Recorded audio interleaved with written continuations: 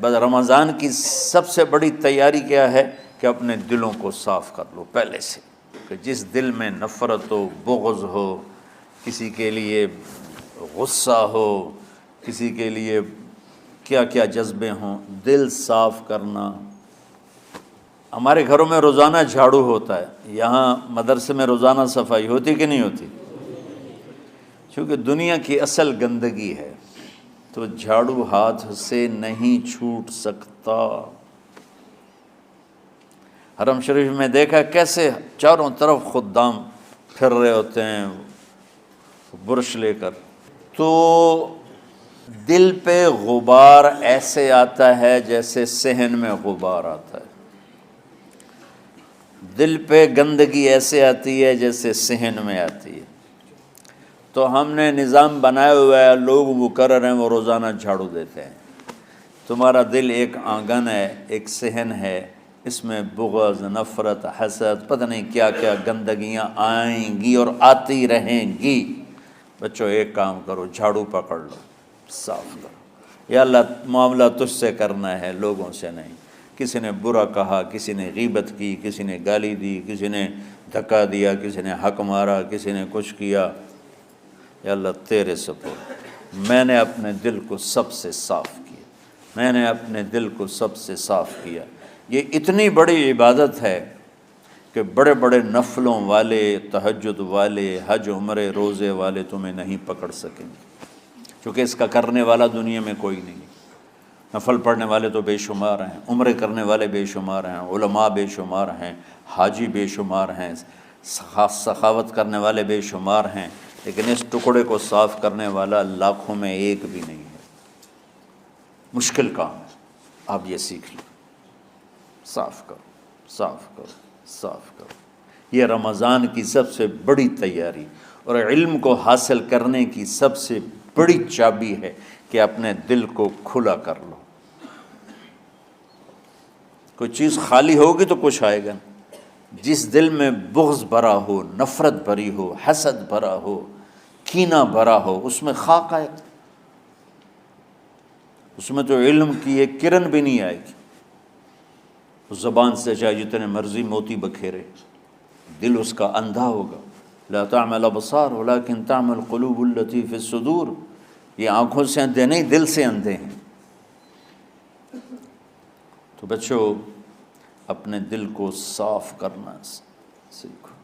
وہ کتنی مشہور حدیث ہے، آپ نے کہا اس دروازے سے ایک جنتی آ رہا ہے، تو ایک انصاری صحابی داخل ہوئے، جوتا ہاتھ میں، داڑھی میں وضو کا پانی۔ اگلے دن اس دروازے سے ایک جنتی آ رہا ہے، تو ایک صحابی آئے، ہاتھ میں جوتا، داڑھی میں وضو کا پانی، وہی صحابی۔ اگلے دن اس دروازے سے ایک جنتی آ رہا ہے، تو وہی صحابی 3 دن جنت کی بشارت لی۔ اس صحابہ کی جماعت میں ایک شخص ہیں جن کا نام ہے عبداللہ بن عمرو بن عاص۔ ان سے بڑا عبادت گزار صحابہ میں کوئی نہیں تھا، نہ سابقین میں نہ متاخرین میں، نہ پہلوں میں نہ بعد والوں میں۔ ان کی عبادت کیا تھی؟ ساری رات جاگنا، سارے دن کا روزہ، اور ایک ختم قرآن صبح سے شام تک۔ اتنی اللہ نے طاقت دی تھی۔ پھر وہ غلو والی بات آ گئی، ایکسٹریم ہونے والی بات آ گئی۔ ان کی شادی والی رات حجلہ عروسی میں داخل ہو رہے ہیں، دلہن کے کمرے میں داخل ہو رہے ہیں، اور مصلی بچھا کے اللہ اکبر، اور دیر نفل تے نفل، دیر نفل تے نفل۔ تو ان کی بیگم نے دیکھا تو وہ بھی خیر کا زمانہ تھا، انہوں نے بھی وضو کیا اور پیچھے مصلی بچھا کے وہ بھی فجر تک نفل پڑھتے رہے۔ صبح ہوئی تو حضرت عمر بن عاص رضی اللہ عنہ نے پوچھا، بیٹی رات کیسی گزری؟ کہا جی ماشاءاللہ آپ کے بیٹے تو بڑے عبادت گزار ہیں، ساری رات نفلوں میں ہی گزری۔ تو وہ ان کو شکایت کر دی۔ حضرت عمر بن عاص کو اتنا غصہ چڑھا، وہ بیٹے کو تو کچھ نہیں کہا، کتنی حکمت کی بات ہے، سیدھے گئے اللہ کے نبی کے پاس، یا رسول اللہ یہ عبداللہ دیکھیں کیسا نادان ہے، اس کی شادی کی ساری رات نفل پڑھتا رہا۔ تو آپ کہتے ہیں ماشاءاللہ ماشاءاللہ کتنی بڑی بات ہے۔ نفلوں میں گزر گئی، رات بھی نفلوں میں گزر گئی۔ تو آپ نے حضرت عبداللہ بن عمر کو بلا کے ڈانٹا کہ تو نے مہینے میں 3 دن روزے رکھنے ہیں، بس اس سے زیادہ نہیں رکھنے، اور ہفتے میں 1 قرآن ختم کرنا ہے۔ کہا یا رسول اللہ میرے اندر طاقت زیادہ ہے۔ پھر اچھا 15 دن روزے رکھنے، کہ نہیں میرے اندر طاقت زیادہ ہے۔ آپ اس کو تھوڑا تھوڑا کر کے گھٹاتے رہے، اور وہ ہر دفعہ نہیں یا رسول اللہ میرے اندر طاقت زیادہ ہے۔ تو آخر میں آپ نے کہا اچھا چلو صوم داؤدی پہ آ جاؤ، 1 دن روزہ رکھو، 1 دن افطار کرو، اور 3 دن سے پہلے قرآن ختم نہیں کرنا۔ تو آپ نے اس کو پیچھے کیا۔ یہ بیٹھے تھے اس محفل میں، ان کے دل میں آیا کیا یہ بزرگ مجھ سے زیادہ عبادت کرتا؟ رات میں ساری جاگتا ہوں، دن روزہ رکھتا ہوں، 1 ختم کرتا ہوں، تو جنت کی بشارت تو مجھے ملنی چاہیے تھی، ان کو کیسے مل رہی؟ یہ کسی کتاب میں نہیں لکھا کہ یہ ان کا جذبہ تھا، لیکن جو کہ میں ان کی سیرت کو جانتا ہوں تو مجھے خیال آتا ہے کہ ان کی نفسیات میں یہ بات آئی ہوگی، چونکہ صرف انہی کو خیال آیا کہ میں جا کے دیکھتا ہوں کہ یہ بزرگ کیا کرتے ہیں۔ تو ان کے پاس پہنچ گئے، چاچا ذرا، وہ ادھیڑ عمر تھے، چاچا وہ میرے ابا تھوڑے ناراض ہیں، تو کچھ دن آپ کے پاس گزار لوں؟ کا بیٹا بسم اللہ آ جاؤ۔ اب رات ہوتے ہی عشاء کی نماز پڑھ کے انہوں نے جلدی سے چادر اوپر لی اور یوں سراغ کر کے ان چاچا کو دیکھنے لگے ایسے کر کہ اب یہ کیا ساری رات سجدہ کرے گا، اور ساری رات روتے روتے روتے روتے مصلی گیلا ہو جائے گا، یا ساری رات رکوع کرے گا، ساری رات قیام کرے گا، ساری رات قرآن پڑھے گا، اس تصور سے یوں دیکھ رہے۔ اور وہ بزرگ صحابی تشریف لائے، سرانے پہ سر رکھا، اللہم بسمک اموت و احیا، ہو گئے۔ اب یہ دیکھ رہے ہیں ابھی اٹھیں گے، ابھی اٹھیں گے، ابھی اٹھیں گے، اٹھے نا، فجر کی اذان پہ اٹھے۔ اب یہ تو حیران پریشان ہو گئے کہ یہ کیا ہو؟ اس زمانے میں تو منافق تہجد نہیں چھوڑتے تھے ڈر کے مارے کہ پتہ نہ چل جائے ہمارے کفر کا۔ تو یہ چاچا جنت بھی لے گیا تو ستا بھی پیا، کہ چلو کل دیکھوں گا۔ اگلی رات پھر چادر سر پہ کر کے اور یوں سوراخ کر کے لیٹے ہوئے اور دیکھ رہے۔ چاچا پھر تشریف لائے اور سرانے پہ سر رکھا، اللہم بسمک اموت و احیا، ہو گئے۔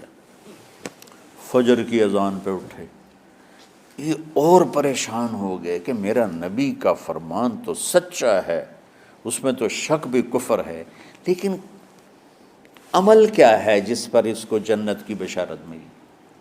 2 رکعت نفل بھی نہیں۔ اور آج کے دور میں تم میں سے ماشاءاللہ اکثر بچے تہجد پڑھتے ہیں کہ 1 رات اور دیکھوں گا، تیسری رات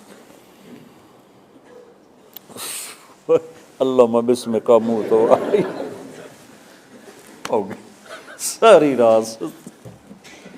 تو تیسری رات پھٹ پڑے عبداللہ بن عمر، کہنے لگے چاچا میری ابا سے کوئی لڑائی نہیں تھی، 3 دن میں تیرے بارے میں سنتا رہا، جنتی جنتی جنتی۔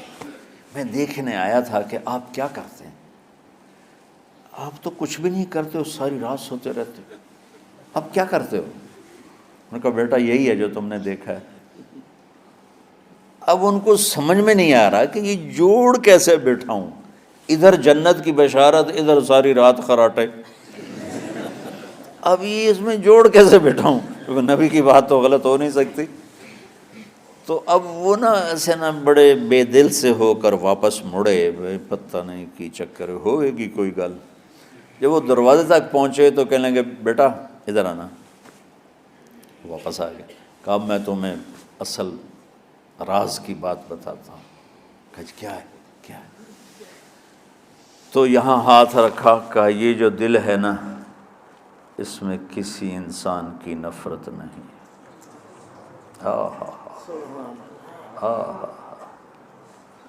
اور جب اللہ کسی کو رزق دیتا ہے، عزت دیتا ہے، مجھے کبھی حسد نہیں ہوا، مجھے خوشی ہوتی۔ تو عبداللہ بن عمر نے کہنا تھا ہاں یہ بات ہے، نہیں، ان کا ہاذا ہوا، اچھل کے کہنے لگے ہاذا ہوا، ہاں ہاں ہاں ہاں یہی ہے یہی ہے یہی ہے۔ پھر کہنے کہ چاچا پر یہ میرے بس کا نہیں ہے، کون کرے گا یہ؟ اتنے بڑے آدمی ہو کر کہہ رہے ہیں کہ یہ میرے بس کا نہیں۔